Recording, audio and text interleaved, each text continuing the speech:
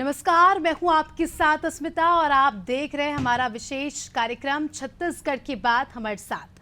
आज बात छत्तीसगढ़ में जीत के दावों की। जैसे जैसे मतगणना का समय नजदीक आ रहा है, वैसे वैसे छत्तीसगढ़ में बीजेपी और कांग्रेस के नेता जीत के बड़े बड़े दावे कर रहे हैं।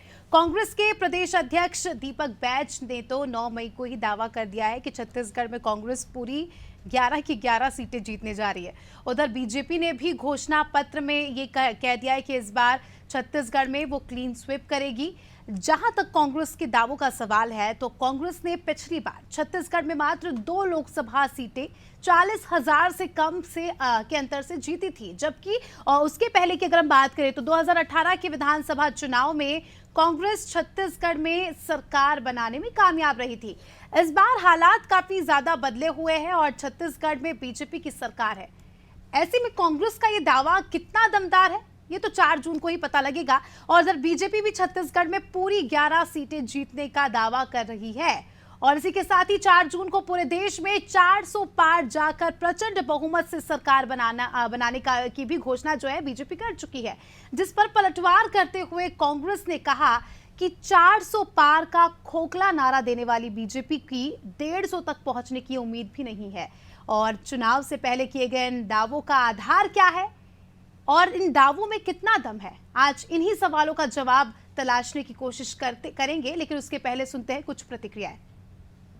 देखिए, जो 4 तारीख को नतीजे आएंगे वो पूरी तरीके से लोगों के जहन में है कि इस बार 400 पार के साथों में पूरे देश में भारतीय जनता पार्टी की सरकार माननीय नरेंद्र मोदी जी के नेतृत्व में बनेगी। छत्तीसगढ़ की 11 की 11 सीटों पर भारतीय जनता पार्टी काबिज होगी, जिसपे हमारा बस्तर और कांकेर भी सम्मिलित है। और कांग्रेस के लोग बहाना ढूंढने का काम फिर से करेंगे, नए जुमले तैयार करेंगे।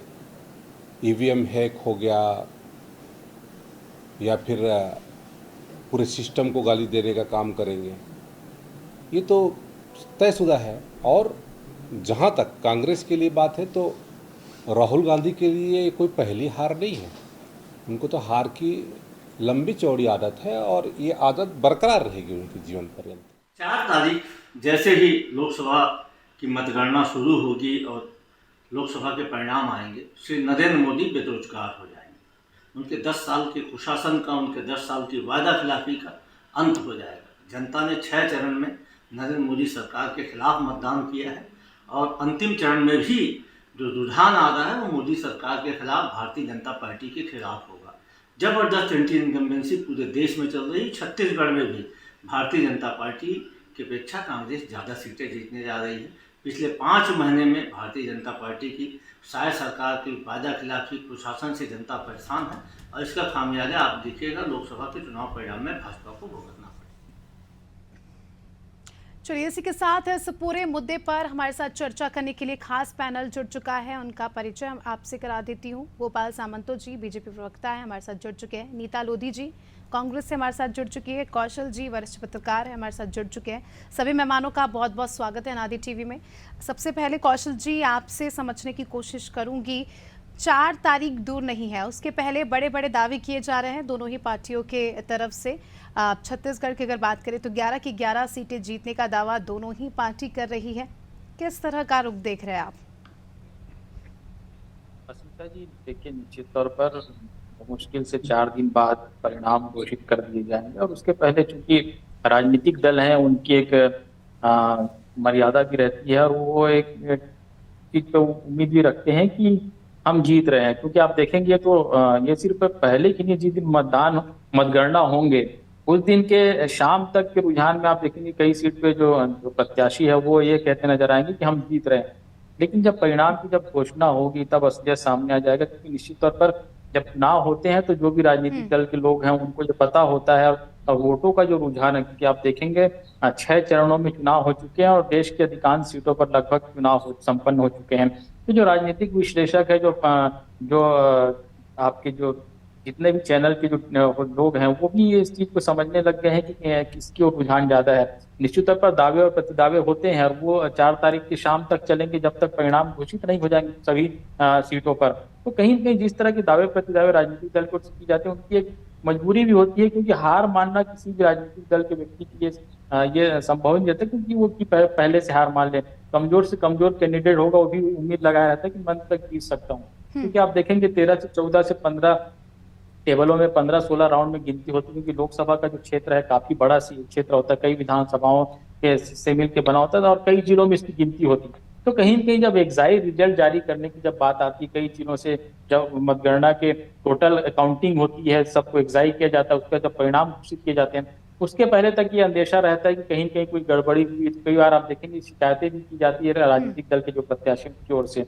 तो लेकिन दावे प्रतिदावे अपनी ओर है और निश्चित तौर पर आपने बिल्कुल सही कहा कि 4 तारीख ज्यादा दिन दूर नहीं है और 4 तारीख को सबकी क्लियर हो जाएगा। और अब 4 तारीख की बात नहीं, 1 तारीख को जब एग्जिट पोल के नतीजे सामने आएंगे उसके बाद से बहुत सारे पिक्चर क्लियर हो जाएगी कि एग्जिट पोल में आखिर किसको बढ़त मिलती हुई दिखाई दे रही है। बिल्कुल, एक तस्वीर तो हमारे सामने आ ही जाएगी, लेकिन अब जो दावे कर रहे हैं उनका भी हम यहाँ पर रुख कर लेते हैं। नीता जी, 11 की 11 सीटें जीतने का दावा कांग्रेस पार्टी कर रही है, दीपक बैज जी कर रहे हैं।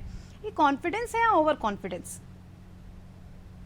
देखिए, ये कॉन्फिडेंस है और अपने किए गए काम और चुनाव के दौरान आपने देखा होगा कि दो प्रकार की चीजें हो रही थी। एक और भारतीय जनता पार्टी अपने झूठ, लोग लुभावन वादे, प्रोपोगंडा क्रिएट कर रही थी और कांग्रेस पार्टी अपने 25 गारंटी के साथ लोगों के दुख दर्द, महंगाई कम करने की ओर उनका रुझान था, लोगों को रोजगार देने की ओर उनका रुझान था। तो कांग्रेस और भाजपा में एक बहुत बड़ा जो अंतर है, ये पिछले 10 सालों की भारतीय जनता पार्टी के शासन में लोगों ने देखा है और महसूस किया है। लोग अपने आप को ठगा सा महसूस कर रहे थे और उनको एक मौके का इंतजार था और निश्चित तौर पे लोगों ने भारतीय जनता पार्टी के कुशासन को हटाने का प्रण ले लिया है और उन्होंने मत दे दिया है। आप देखेंगे कि 11 से 11 सीटें हमारे छत्तीसगढ़ प्रदेश से जीतेंगी और देश में भी हमारी। महीनों पहले ही विधानसभा के चुनाव हुए थे, लोगों ने तो आपको यहाँ पर हटा दिया और 2 सीटों पर है महज यहाँ पर छत्तीसगढ़ में कांग्रेस। तो 2 से 11 मतलब एकदम से क्या हो जाएगा ऐसे?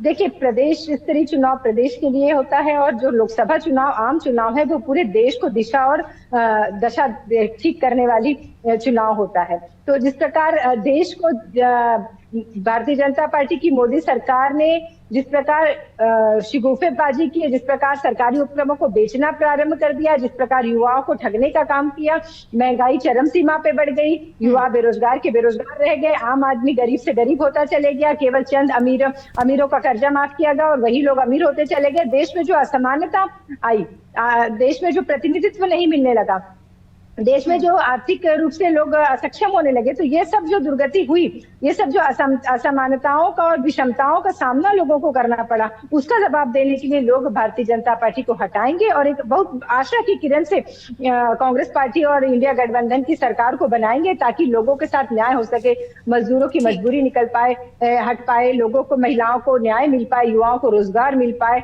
किसानों को उनका हक मिल पाए, उनका वाजिब दाम मिल पाए और हमारी इंडिया गठबंधन की सरकार बन रही है। ठीक है गोपाल जी, आपने सुना नीता जी को, उनका कहना है कि इस बार जो है रिजल्ट्स चौंकाने वाले हैं बीजेपी को और छत्तीसगढ़ की 11 की 11 सीटें कांग्रेस जीतने वाली है। एक तरफ आप भी दावा कर रहे हैं, क्या कुछ कहेंगे? आपका माइक अनम्यूट कर लीजिए सर।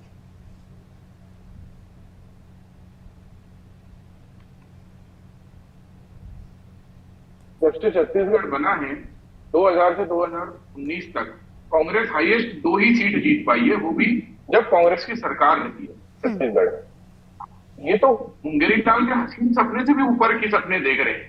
11 में से 11 की बात कर रहे हैं, 75 से 35 पहुंच गए 2023 की विधानसभा चुनाव में। इतनी बुरी परिस्थिति में कांग्रेस के कार्यकर्ताओं का टूटा है। जो कार्यकर्ता है दूसरे पार्टी में जाने के लिए तैयार है, उसके बाद भी अगर इतनी सफाई से झूठ बोल रहे हैं और ओवर कॉन्फिडेंस में है, तो इनकी तारीफ करनी पड़ेगी कि ओवर कॉन्फिडेंस लाते कहां से। दूसरी बात मैं आपको बताना चाहूंगा कि कल इंडी गठबंधन ने बैठक बुलाई है और बैठक में तय हुआ है कि अगर 4 तारीख को हम हारेंगे तो रास्ते पे उतरेंगे। जब पार्टी देख चुकी है कि उनकी हार निश्चित है, तभी वो रास्ते पे उतरने की बात करने लग गए। आप निश्चिंत रहिए, 4 तारीख को राहुल गांधी दोबारा 5 साल के लिए बेरोजगार होंगे, दोबारा वो बैंकॉक या इटली की यात्रा करते दिखाई देंगे। नेताजी ना इनके पास जवाब मुद्दे चाहूंगी। रहेंगे। आप देखिए 75 साल के मोदी जी 5 साल और मांग रहे हैं और अग्निवीर जैसी योजना देकर हमारे 23 साल के युवा नौजवान को रिटायर्ड करने पे तुले हैं। अंतर देखिए, बिजली बिल हाफ और बिजली बिल कटौती करने का जो सिलसिला जो जारी हुआ है उसमें देखिए, गौठानों को, गौशालाओं को, गौठानों को बंद करने की बात और गौ अभ्यारण्य को प्रारंभ करने की बात, लोगों को हवाई चप्पल पहनाकर हवाई जहाज में बैठाने की बात और हवाई जहाज, हवाई अड्डों को प्राइवेट को बेचने की बात, सरकारी उपक्रमों को बेचने की बात। अगर हम तो छत्तीसगढ़ की बात करें तो विधानसभा चुनाव के बाद से ही कहीं ना कहीं बीजेपी जो है एक्शन मोड में नजर आ रही है। चुनाव के परिणाम के एक दिन बाद ही यहाँ पर बैठक बुलाई गई और प्रचार प्रसार तब से ही चालू रहा। हमने देखा मुख्यमंत्री ने किस तरह से सभाएं की, उनकी पत्नी भी उनके साथ जाती थी और लगातार ताबड़तोड़ दौरे भी रहे बड़े बड़े चेहरों के। लेकिन कांग्रेस का रवैया थोड़ा इत्मीनान भरा नजर आया। धीरे धीरे आपने सूची भी देर से जारी की, जबकि आप कह रहे थे कि हम सबसे पहले सूची जारी कर देंगे जिससे जो प्रत्याशी है उन्हें तैयारी करने का मौका मिल जाएगा। प्रचार प्रसार भी इतना जोरों शोरों से नहीं किया गया और अब आप दावे कर रहे हैं जीत के, किस बेसिस पे?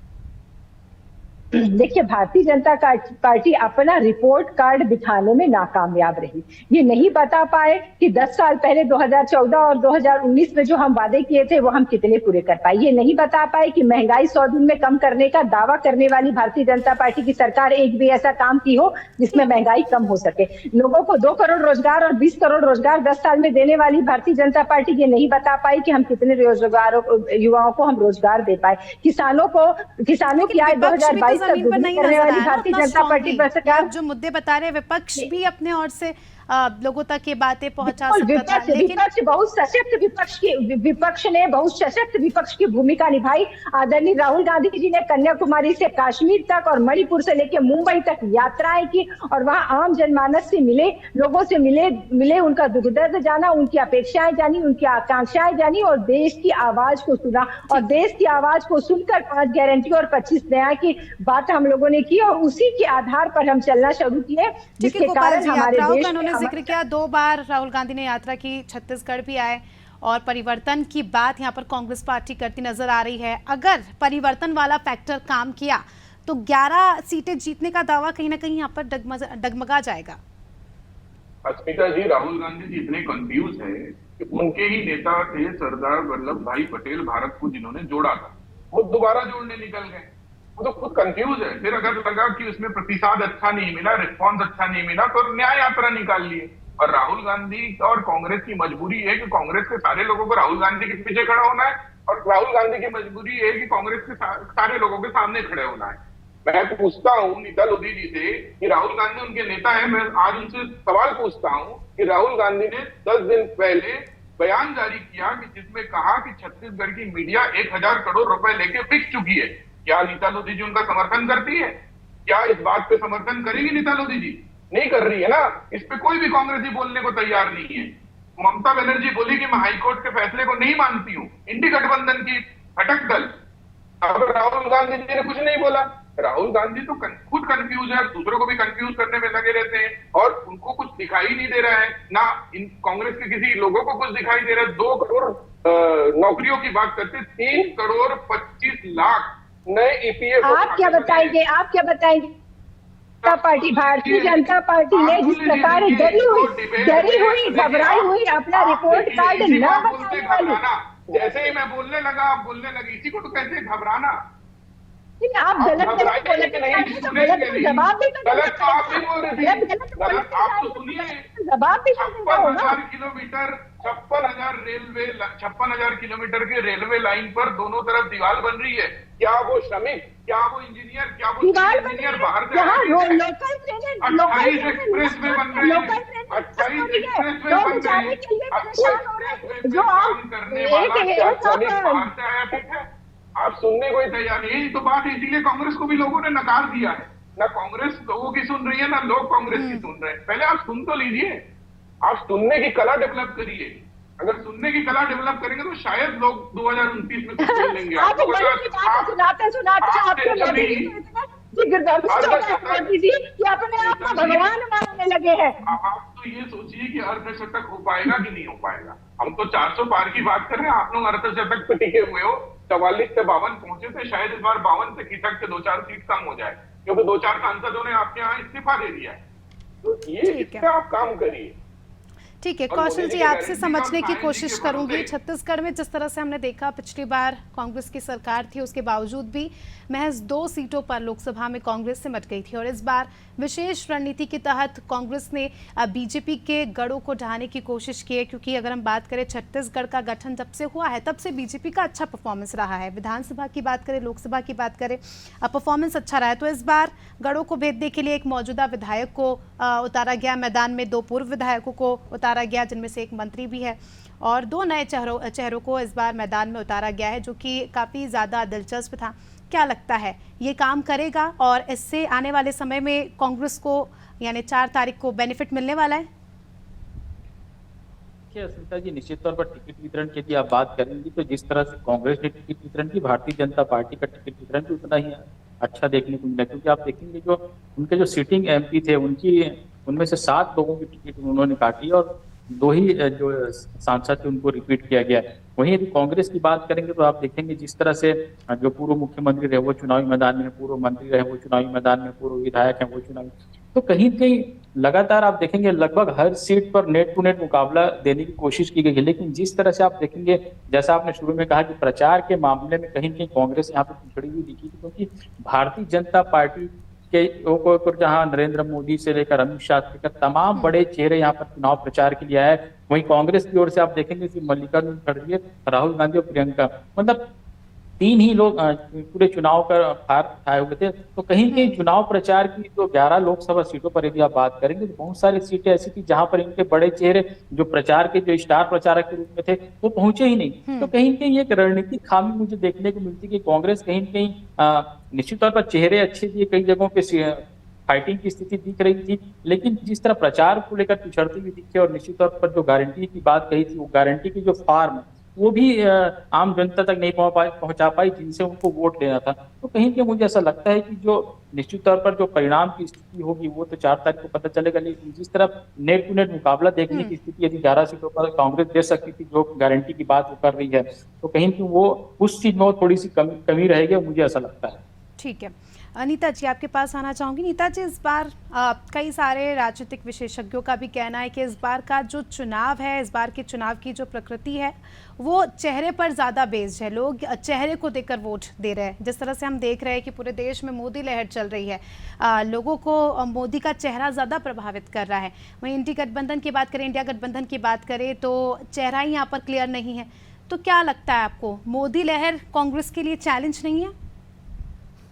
देखिए, मोदी की कोई लहर नहीं थी। आपने देखा होगा पहला दूसरा चरण का जो चुनाव निपटा संपादित हुए, उसके बाद भारतीय जनता पार्टी की ओर से मटन, मुर्गा, मंगलसूत्र, यहाँ तक कि मुजरा की बात करने लगे, यहाँ तक कि महात्मा गांधी जी को काफी बताने लगे। ये इतने भ्रमित, डरे हुए और दिग्भ्रमित थे कि अपने आप को भगवान का दूत, अवतार बोलने लगे। इनके जो प्रवक्ता थे संदीप पात्रा जी, उन्होंने तो इतना कर दिया, जो हमारे महाप्रभु है, जो पूरे विश्व का संचालन करते हैं, श्री महाप्रभु जगन्नाथ जी को, इनको ये बोल दिए कि वो मोदी के भक्त थे। मतलब और इतनी सारी ऐसी बातें कही गई कि जहां हम लोग सार्वजनिक रूप से उस चीजों को नहीं कर सकते, ऐसी बातें, ऐसे शब्दों का प्रयोग भारतीय जनता पार्टी ने सार्वजनिक मंच से किया। तो भारतीय जनता पार्टी ने मुद्दों से भटकाने का काम किया, धन बल का, एजेंसियों का, और इसका काम, लोक लुभावने वादे देने का, और लोगों को। ठीक है गोपाल जी, मुद्दों की बात यहाँ पर करिए, अच्छा पॉइंट है, क्योंकि एक तरफ आप 400 पार की बात कर रहे थे स्टार्टिंग में, फिर एन मौके पर मुद्दे क्यों बदले गए, नए मुद्दे क्यों यहाँ पर लाए गए? गोपाल जी, क्या आप कहीं ना कहीं बीजेपी भी थोड़ी सी अंडर कॉन्फिडेंट हो गई थी, क्योंकि टारगेट यहाँ पर बड़ा रख लिया था 400 पार? अस्मिता जी, मोदी जी की गारंटी और साये जी का भरोसा, ये दोनों पर लोगों को भरोसा है। और आपने देखा कि सरकार बनने के 4 महीने के भीतर, 3 महीने हमको काम करने मिले, 3 महीने के भीतर, चाहे वो 18 लाख आवास हो, चाहे वो महतारी वंदन योजना हो, चाहे वो पीएससी घोटालों की सीबीआई जांच हो, चाहे वो 3100 रुपए में धान की खरीदी, ये सारे काम बड़े सुगमता से किए गए और समय सीमा के भीतर किए गए। और भूपेश बघेल ने जो यहाँ पे कालखंड छोड़ा था 5 साल का, एकदम डार्क, एकदम अंधेरा कालखंड छोड़ा, जहां सिर्फ घोटाले, जहां सिर्फ महादेव ऐप जैसे, आप सोचिए महादेव जी के नाम पे का इस्तेमाल इन्होंने जुआ खेलने में करवा दिया, और उसके बाद कोयला घोटाला करवा दिया, गोबर तक को नहीं छोड़ा, गोबर को भी जेब में भर भर के लोगों के घोटाले तक के पहुंचा दिए, कि कोई काम छोड़े नहीं थे। और उसके बाद आपने एक बहुत अच्छी बात कही कि इत्मीनान से इन्होंने चुनाव का प्रचार, इत्मीनान से नहीं, हालत भरा चुनाव प्रचार या भय भरा चुनाव प्रचार था। इनके दो प्रत्याशी, आज भूपेश बघेल आरोपी है एक केस में, देवेंद्र यादव आरोपी है एक केस में, दोनों बेल पर है। अब दो प्रत्याशी जिनके बेल पर हो, खुद राहुल गांधी बेल पर है, इनकी बातें, इनकी कॉन्फिडेंस की बातें करेंगे कैसे? नीता जी, क्या ये भले ही लोगों के सामने कॉन्फिडेंस दिखाते हैं। देखिए, यही है कि भारतीय जनता पार्टी ने अपनी एजेंसियों का दुरुपयोग किया। यही बात मैंने आपको पहले भी, धन बल और एजेंसियों का दुरुपयोग करना भारतीय जनता पार्टी ने किया, और भारत की जनता की भावनाओं के साथ खेलना और सनातन धर्म की अपेक्षा को लौटना, है ना, उसका कारण था, उसका अमित शाह जी की क्या बात है, अमित शाह जी सरकार को कटघरे में खड़ा किया कि 90 तक चार्जशीट क्यों नहीं हुआ, और उस पे आप पूछिएगा नगरनार का प्लांट और दीपक की साइड में दिखाई देता है, नगरनार का प्लांट बिकेट मशीनरी का ये बता दे।